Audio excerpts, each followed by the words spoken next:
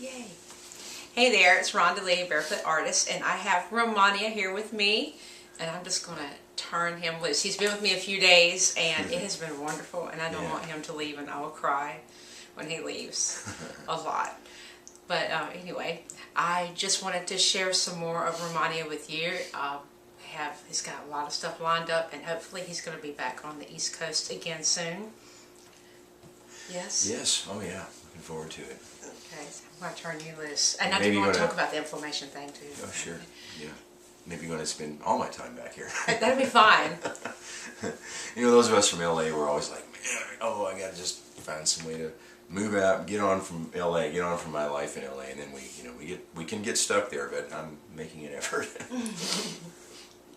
I like it, though. You know, LA's all right. But, you know, the world's a good place. As long as you're learning, no matter where you're at, you know, if you're there. But we need some kindred spirits around us, that's true. You know, we need a few kindred spirits, and then we're good. Yes. So it's been nice here. I've met some really nice people.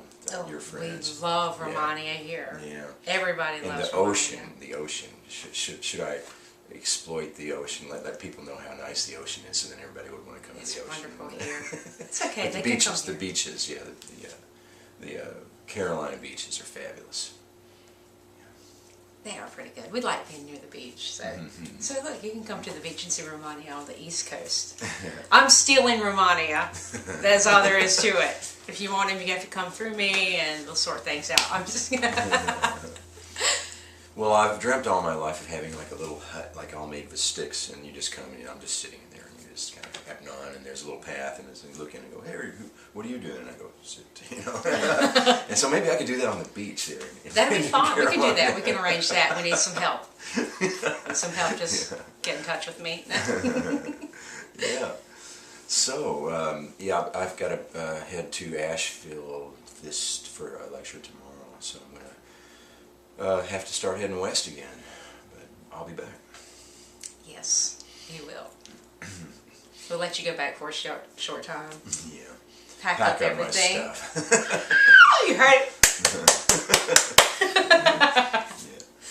We did the blender dance this morning, and I did not videotape it, but I have witnessed Rehmannia doing the blender dance. It was fabulous. Fabulous. He doesn't quite have the hip action I do, but that's okay. Well, action's all in my neck for some reason. I saw him playing the drums the other night. Getting into it. Yeah. Rehmannia took over. He's quite the musician, too. Can't take him anywhere. He knows how to do everything better than everyone else there. I don't know about that. Those musicians were pretty dang good, man. Those guys were really, really good. I want to play with them again someday. Well, okay, come on back. Okay, then. Deal. Soon. He'll be back soon. Yeah. All right, so what do we got going on here? I did want you to talk about inflammation whenever you're sneezing and blowing your nose. I thought that was really valuable. Simple thing. You know, allergies are an issue back here. I had them growing up my whole life in Kentucky, where I'm from, which is, you know, a similar sort of flora and everything to here. And so I had terrible allergies. It was always blowing my nose, and I always just felt like I had the worst allergies ever of anybody I've ever seen. My nose was just red and constantly sneezing.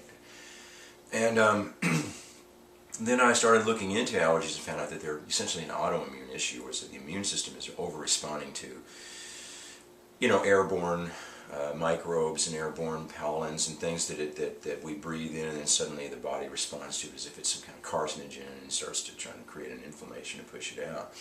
Well, what happens is once this particle has entered on the side of the nasal passage, and then suddenly your body goes, wait a minute, you know, create an inflammation and create some fluids so you can sneeze that out or whatever. Then what happens is once these fluids, like these mucuses, start building up in the nose, what we do is then the big mistake that I think we make is that we take hopefully we take a piece of toilet paper or something, but oftentimes we don't.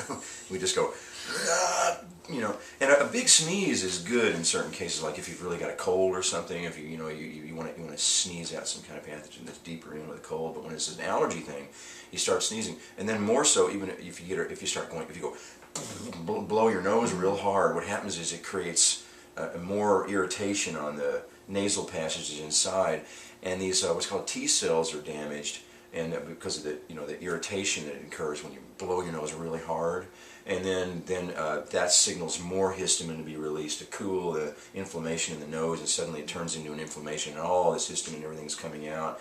But so what you want to do when you're feeling the allergy tickle, or instead of going like this, you just hold a nice clean rag that doesn't have too much dust in it, and just kind of lightly let some of the histamine drain onto the rag, and kind of go, snip it off like that.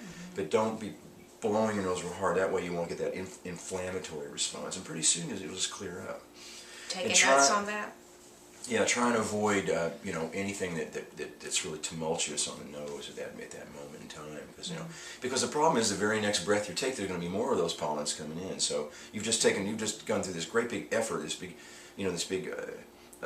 push and inflammation to push out, but then there's going to be another coming in next breath. So it's just going to keep on going on. So the thing is, don't let the inflammation even start to occur. Just lightly drain with a slight out breathing through the nostrils into a rag, or even having your head up like this and letting it lightly drain down, and then spit it out for a little while, and you can just see it clear up after a while. Because the body's immune responses can take care of the body's response to the pollens or whatever it is. In time, it'll take care of it without an inflammation, and you'll get used to it. That was pretty powerful. You mentioned that the other day, and I'm like, I got to get that on tape. I'm going to share that. And, okay, so next question. Number one best product on your site. I know the answer, but share for everyone. Oh, boy. What is the number one best product? If someone, and I get this question, if they just want to start with something, what should they have? Well, I'll give you the best answer that I can right now, which is it's not one product, but it's a package of products, and it's my treasure. That's right. It's in my treasure pack. Because we have four products that are all, they're all of such stature in our hearts and our minds, and with our customers, that we can't really figure out. I guess I might put 3 Immortals at the very top. 3 Immortals. Where is that? Is it back here? It's over there. Oh, can you hand me the 3 Immortals? Yeah. Yeah. Let the cameraman handle that. Okay. Our producer. There you go. There's 3 Immortals, and this is Reishi, Shilajit, and Ormus. The Reishi, of course, is the herb of spiritual immortality. Are we up high enough so they can see this? Is that up high enough? Yeah. Okay. Reishi, of course, transforms your life. When you take Reishi, you kind of plug back into life, because Reishi's it's a fungi, and the fungal mycelia are what connects all life to life. And somehow when we take Reishi, it's almost like we remycelinate ourselves back into life, and suddenly you're just connected to everything. It's very interesting how life becomes, you become connected with it again in a deep way. I think in the heart, from the heart. And yes, yeah. That was the experience that I had. Instantly, so we were hanging out at Whole Foods. Rehmannia started making tonics and sharing with the employees, but wow, the first sip, it was, I've actually had it before, but I didn't have it. I guess I didn't have it made from you. A friend of mine had your product and made it, but maybe he didn't use enough. Andrew, you didn't use enough. But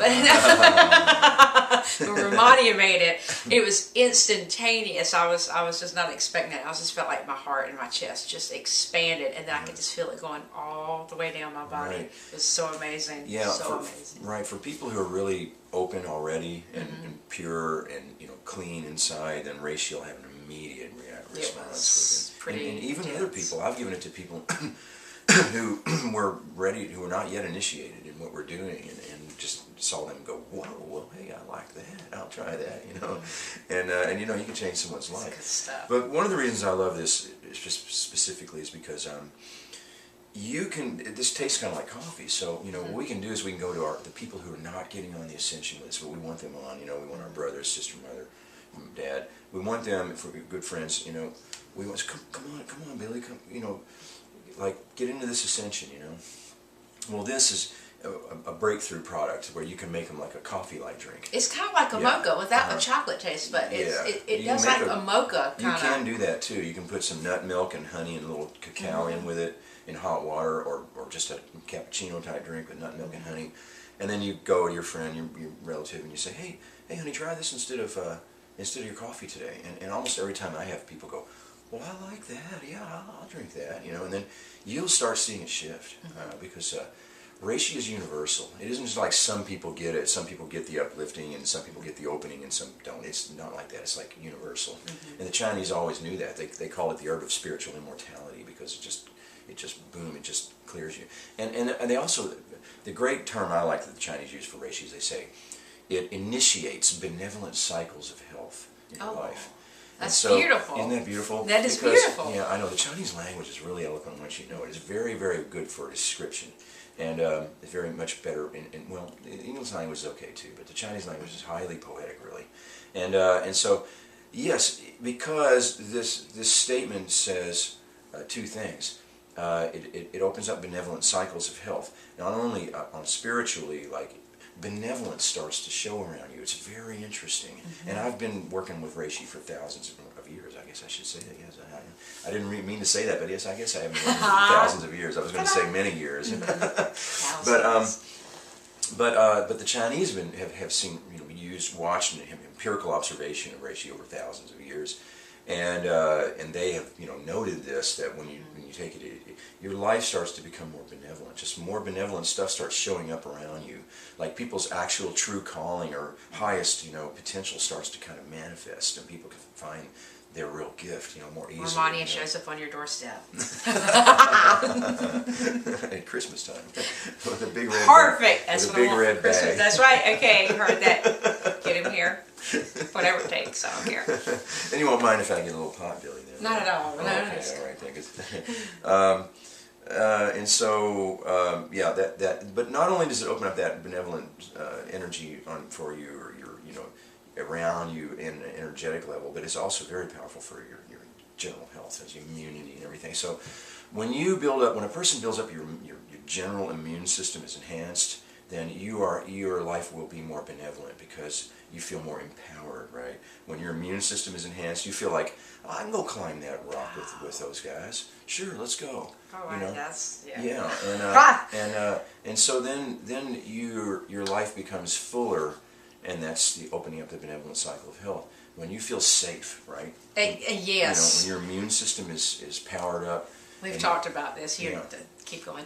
And when you feel safe, what's that going to do to your adrenals, right? Your adrenals are going to replenish, and then that resonates down to your kidneys, and your whole life force gets brighter. You become the light. So when you open up your spiritual connection to everything, and that benevolent energy is coming around you, and you're able to serve, and in a better way in life, and help others, and then you feel more benevolence coming to you. You're able to give more, and you also feel safer and more powered up. Your adrenals, your kidneys power up. That's like, you're going to maintain this kind of a youthful energy, like this positive, optimistic, I can go do that, right? And so that it opens up benevolent cycles of health in your life. So this is so much more than just a health product, though. I would say it's a spiritual product. It's an empowerment product and a spiritual product, yeah. And we really do, at this point in time, what we really have to do is get people's heart chakra opened up. Yes. And so if we are going to save the earth, we have to open up the heart chakra. That's where we got to save it from, is the heart chakra. And then there's Shilajit in here, which just, Shilajit's 100-million-year-old plant carbons. So it's a whole ancient rainforest in there. And that's something that we could talk forever about, when we probably ought to get too deep into Shilajit. But do your research on Shilajit and you'll see it's ancient plant carbons. Yeah, we might revisit that on another video at some point. Right. We'll get together. And ormus, which is, there's a little ormus here, which is, it's a mystery. It is a mystery. We studied that too. Ormus means, I think Wilhelm Reich came up with the word. Ormus means orbitally rearranged monatomic elements.